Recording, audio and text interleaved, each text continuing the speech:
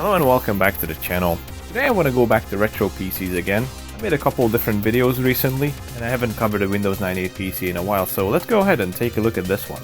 By the way, if you'd like to see me test these computers live and record the footage for these videos, check out my Twitch stream where I like to capture gameplay while I'm also streaming and hanging out with you guys.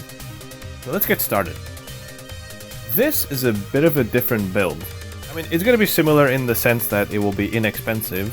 Knowing me, that's a given. You could almost call it a cheap sleeper build, so to speak. And that definitely shows looking at this case, but let's get into that later. The idea behind this build is I wanted to see what it would be like to have a machine with a very late but budget video card. So we have a budget video card from around 2004 or 2005. And also a sound card that's very late for DOS, it's from 2000. Yet the machine will have full DOS compatibility and a lot of games will sound brilliant on it. While not all the parts in this machine are late Windows 98, it could definitely be much more modern than what it is, but it's just sort of a inexpensive build I put together. The motherboard cost me around $5 when I bought it. CPU I had laying around from some kind of a bundle from a long time ago, as well as the power supply. The case, I have no idea how I obtained, I can't remember anymore, but it's certainly a very grey, early 2000s look, which actually fits this machine pretty well. It's a very cheap case, kind of flimsy, and I do have the side panel somewhere, so it's not completely lost. But let's get into what makes this machine tick. So let's take a closer look at the computer. I hope you enjoy my duct tapesmanship, as opposed to having plastic 5¼ bay cover. We have duct tape cardboard because I didn't have any gray pieces. I didn't have enough gray pieces to cover the whole thing, and I didn't want to use white ones, so that works.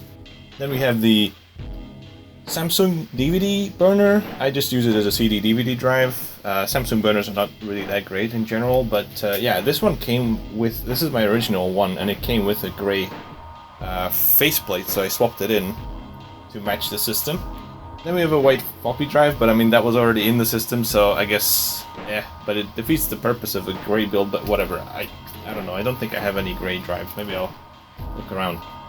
And then this case is definitely a cheaper one. Very weird construction in the front, because this is not only the lights in the front, but it's also the buttons. And it's one piece of plastic. So basically, to reset the system, you have to press it on the left edge. So you're bending the entire plastic piece that way. And that would explain why the power button is missing. That is a horrible design, and so we only have the little micro switch here for the power button, but at least we can turn it on. Below that we have these completely pointless little windows or whatever the heck that is. Maybe it lights up, I don't know, I don't think I have it hooked up. And on the bottom we have some missing USB ports and front panel audio jacks. Perfect, absolutely perfect. Moving around the back, we have actually a decent power supply. This is a FSP 250 watt power supply, and I got this in a bundle from the recycling center years ago, and it works perfectly for this machine.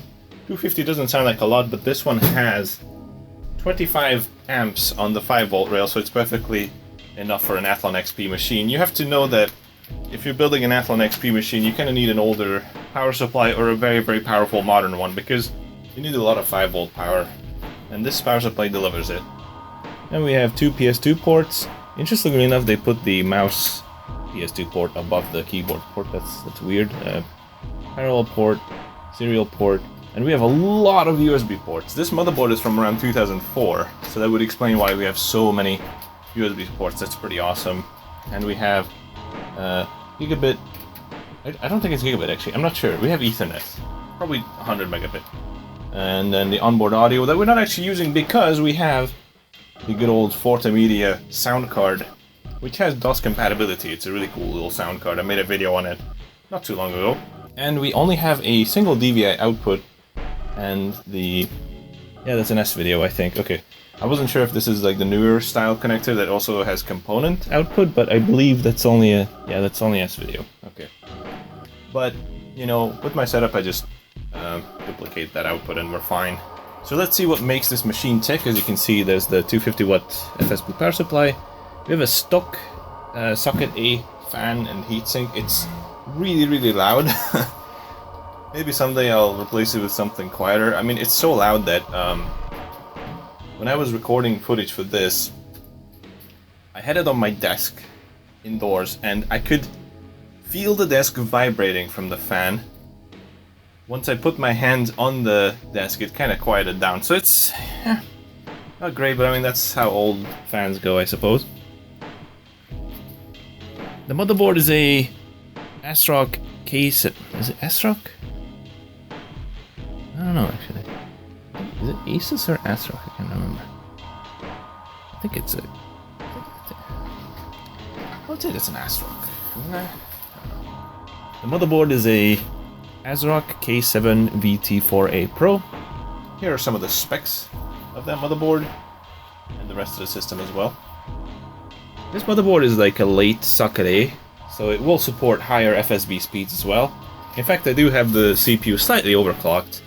I'm not even sure if that's originally a 2800 plus, maybe a 2400 plus overclocked, something like that. It's been a while since I set up this machine. It's been a while since I touched this machine at all. The reason I don't know for certain off the top of my head is because Athlon XP is kind of an old school CPU in a sense that you can actually, when you're overclocking it, it will actually change the PR rating of the CPU as well, not just the frequency. So depending on the clock speed, it will change the PR rating on the fly. So you can technically overclock a 2400 plus to 2800 plus, which is I think what I've done here. And here's our Forte-Media FM-801 sound card. As you could see earlier, I didn't have the CD audio hooked up because I believe I took this card out of this machine to showcase it in my video about the card, and I forgot to reconnect it. And here's our video card. It's a Geforce 6200 from Gigabyte, 256 megabyte, and I believe it's DDR2 by the looks of it. This is a very late video card for Windows 98. The drivers are only just barely supported, so we have to use very new drivers, and I don't really like that generally. I wouldn't put this in a slower machine for sure. This CPU has enough power to run those beefy drivers on this machine, but still compatibility is not going to be the best. You're better off with an FX card in this case if you want to use Windows 98. But I was curious to see how well it would work. So here's the Samsung drive, and down here we have a... what kind of Maxtor drive? This is a Maxtor drive. I believe it's a 40 gigabyte Maxtor drive down here. And that's our system.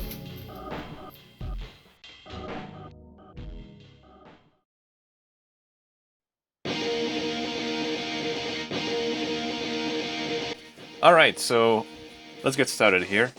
I've recorded this footage a while ago, so I don't remember exactly what is in it, but we'll see together here for the first time. Let's go. One thing I remember specifically is that I was playing around with overclocking the video card, because this is definitely the type of video card where I think it is worth it to overclock. Most video cards, most of the times it's not worth it. This one, I think it's not a bad idea. However, I don't think I was able to overclock the GPU for some reason. I was successful, however, in overclocking the memory a little bit, and that is very useful since this only has a 64-bit wide memory bus. It's definitely helpful to have a little bit of extra frequency. I believe I wasn't able to hit 1000 megahertz. I really wanted to, but I couldn't. So I believe we're somewhere around 925 or 950-ish megahertz on the memory. First up, we have Mark Wahlberg 1. This game came out in 2001 and it's fairly demanding. I don't think you would be able to get 60 FPS on machines at the time. However, it looks like our machine has no problem playing this game. Very solid frame rates and it looks great. All maxed out at 1280 by 1024.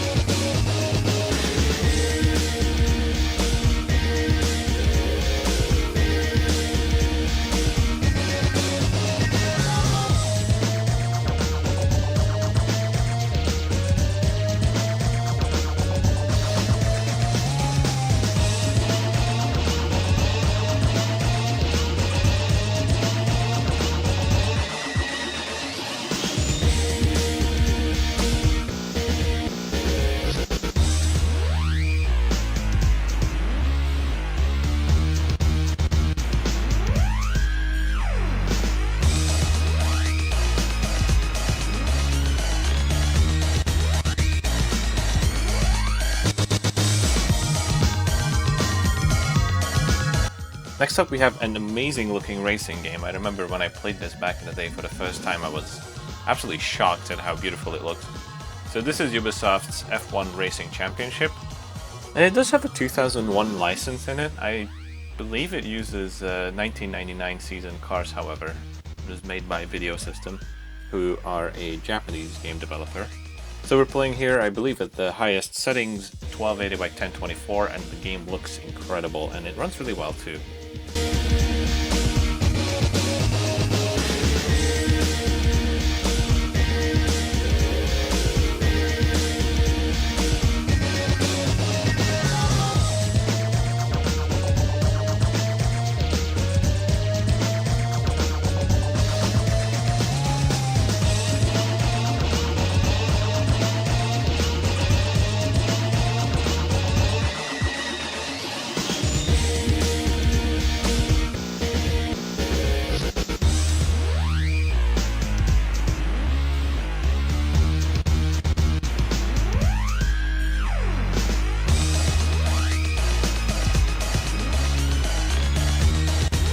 Next up we have a bit of an older one, a classic 1998 Star Wars game, Rogue Squadron.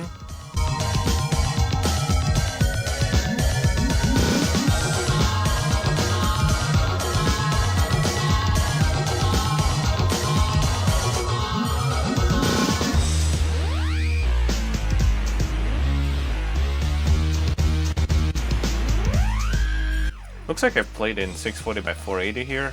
Probably because it actually looks kind of better in the sense that the text becomes super unreadable at higher resolutions, so nice large text in lower resolutions, and it looks great.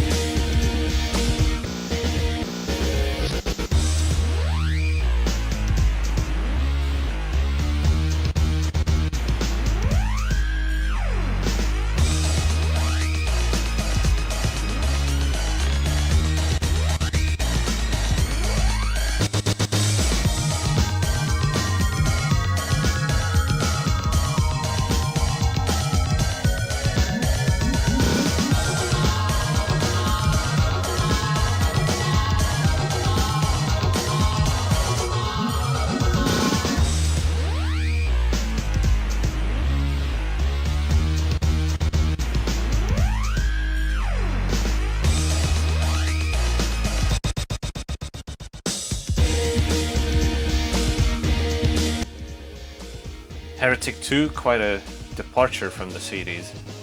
Used to love the original Heretic game, and then suddenly this shows up as Heretic 2, but it's a third-person game.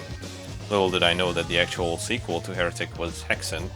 Still, this game looks great. Uses the Quake 2 engine, I believe, and it runs at a perfect frame rate, 1280 by 1024.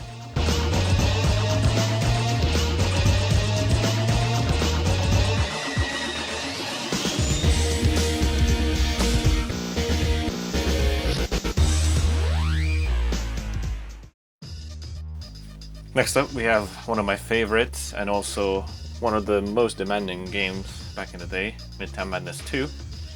I've actually just started a Let's Play of this game on my Twitch channel, and it's been a blast. I've already completed all the races. I've yet to do the sort of the career mode in it. Runs fairly well, all maxed out, 1280 by 1024. However, it is gonna slow down. This game will slow down on almost anything you play it on, unless you have like an insane CPU in the machine. Definitely requires at least a Core 2 Duo, I would say, at around 3 to 4 GHz to play this smoothly at 60 FPS all the time.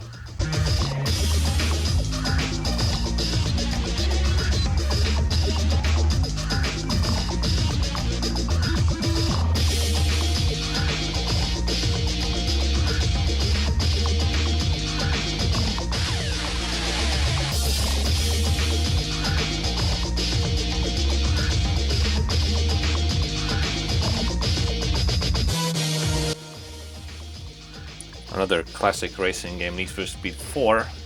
This one I ran into some issues and I was not able to navigate the menu. It's probably due to the drivers being too new. I just could not see anything. As you can see, it kind of looks like some kind of matrix screen or something. So yeah, this is what I mentioned. The drivers are too new and you will not be able to play games like this. I believe there are like 3 different driver versions available for this card. I've tried all of them and yeah, roughly the same experience. You could potentially try some newer patches for Need for Speed 4. There are some patches that will make the game not run as well on older hardware, but maybe you will actually be able to see something on the menu, I'm not sure. Or potentially you could try N-Glide.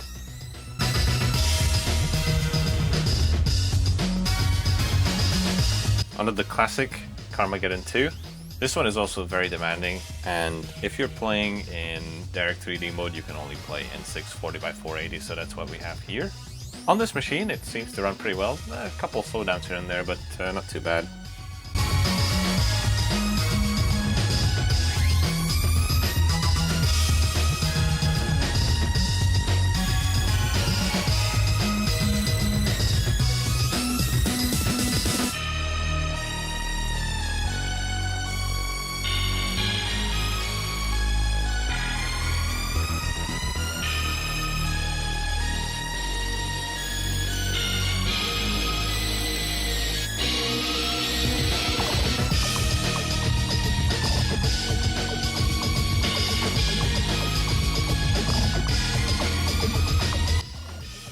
So here's a bit of a surprise. I tried Star Wars Phantom Menace.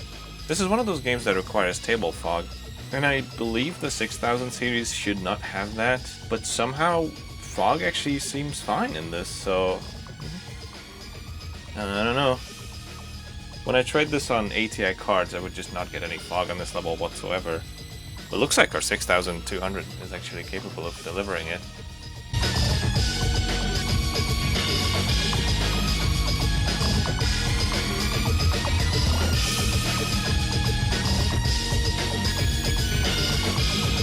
Now for a game you don't see very often on YouTube, I feel like in these videos, Die Hard Nakatomi Plaza, a 2002 FPS game, all maxed out 1280x1024, and it looks great. However, I believe this is one of those games that potentially doesn't have 60 FPS mouse movements, which is incredibly jarring. So while you're moving around on foot, it looks like you're getting smooth 60 FPS. However, as soon as you move around with the mouse, yeah, it's very choppy.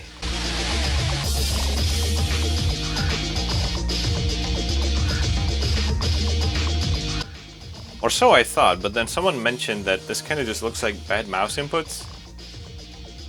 So I tried to mess around with it a little bit, and it looks like I was able to fix it. And so now, I believe I may have switched over to a PS2 mouse here instead of USB, and that seemed to have solved the problem, which is kind of an odd issue to have, but there you go.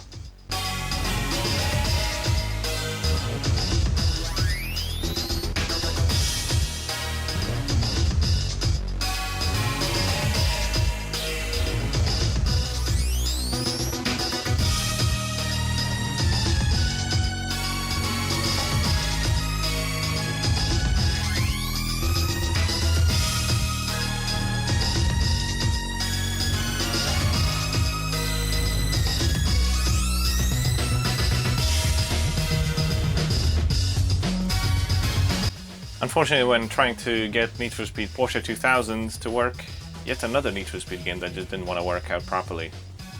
I was getting all kinds of weird glitches with the normal version that I use usually. Now I have actually tried messing around with this later on, and I have gotten it to work on stream. However, I did not record it by the looks of it, so I may not be able to show any gameplay footage of that. It's just available in a stream archive. So overall, a couple games definitely didn't work in Windows, and that's thanks to the Geforce 6200 card. However, there's usually a solution to that as well. I unfortunately didn't have the time to mess around with this, and I can't even record any more footage off of this machine right now because this system has been kind of corrupted, and so I can't exactly mess around with different files and whatnot. So every time I open up my my computer, it just shows a blank, and with it's trying to look for the drives with a flashlight, and then yeah, it just locks up. However, I can still launch some games from the desktop. I'll have to reinstall this machine at some point. So unfortunately, I couldn't really try out Nglide and DG Voodoo on this system very much. However, this video card is perfectly adequate for that. I mean, DG Voodoo only requires like DirectX 7, while Nglide would require DirectX 9 to work. So I suppose with those games that just don't want to work, you can still work around them by using these wrappers, and that's an awesome feature. I will look into this in a future video, but that's sort of outside of the scope of this video. But don't worry that you'll be seeing this computer again in the future, I'm sure of it. But now let's turn our attention to DOS. So like I said before, we have the Forte-Media sound card, which actually does have a very nice little TSR, which will mean that it's going to work just fine in DOS. Pretty much no matter the motherboard. As long as we have PCI ports, it should work just fine. Now the image will be just a slight bit softer than when you're, say, using an ATI card, and that is just basically because Nvidia's DVI scaling isn't the sharpest. Still, I think it looks decent enough, and sometimes it's even a benefit. Like for instance with Jackrabbit, it will scale the screen to full screen as opposed to having black borders on the top and bottom with other cards. So let's get into it. I'm gonna showcase a couple games here and listen to what they sound like. I've already done a video on the sound card, so I'm not gonna go into too much detail and into too many games, but here's a couple of them. If you want to check out more, then click on the recommended video. First up, we have Soccer Kid. It looks good, runs good, and sounds good on this machine. This is a very jank game, and I honestly think it's sort of unplayable. It is very painful. I mean, I feel like you just have to learn every single level inside out to be able to enjoy it. So that's not exactly my cup of tea. Even though I love the visual style of the game, so I thought I would like the game, but I can't make myself play this more than a couple minutes at a time.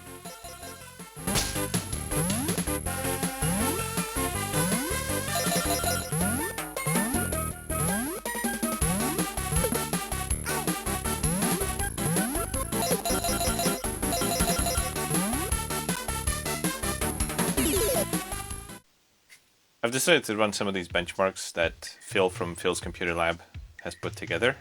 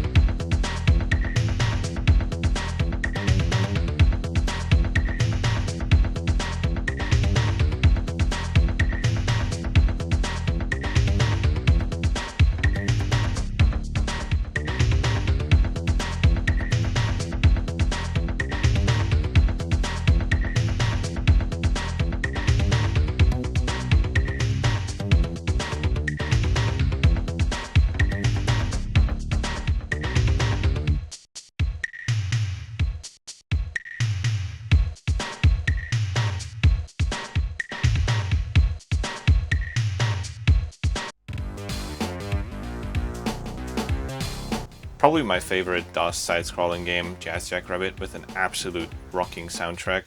And it sounds really good on this sound card. Here's a little sample. This game uses different resolutions for the menu and gameplay and loading screen. But with the Nvidia card, it's actually pretty smooth and it doesn't have any issues with resolution switching. And it scales the gameplay to full screen, like I said before. So it's actually my preferred way of playing the game.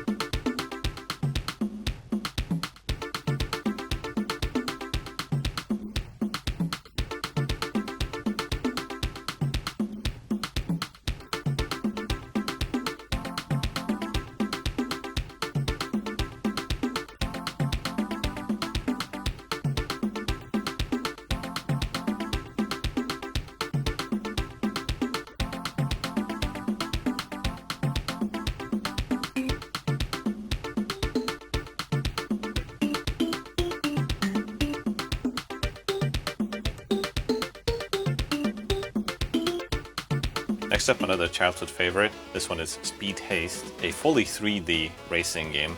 I believe it may have been inspired by Daytona, but honestly it's probably even more impressive.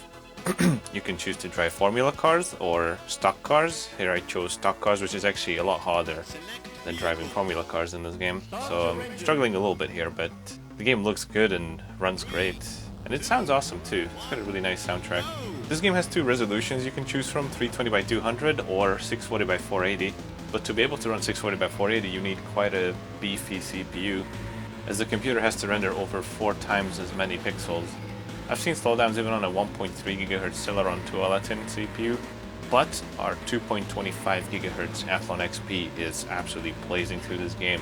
Solid frame rate, not a single slowdown. Very enjoyable to play like this.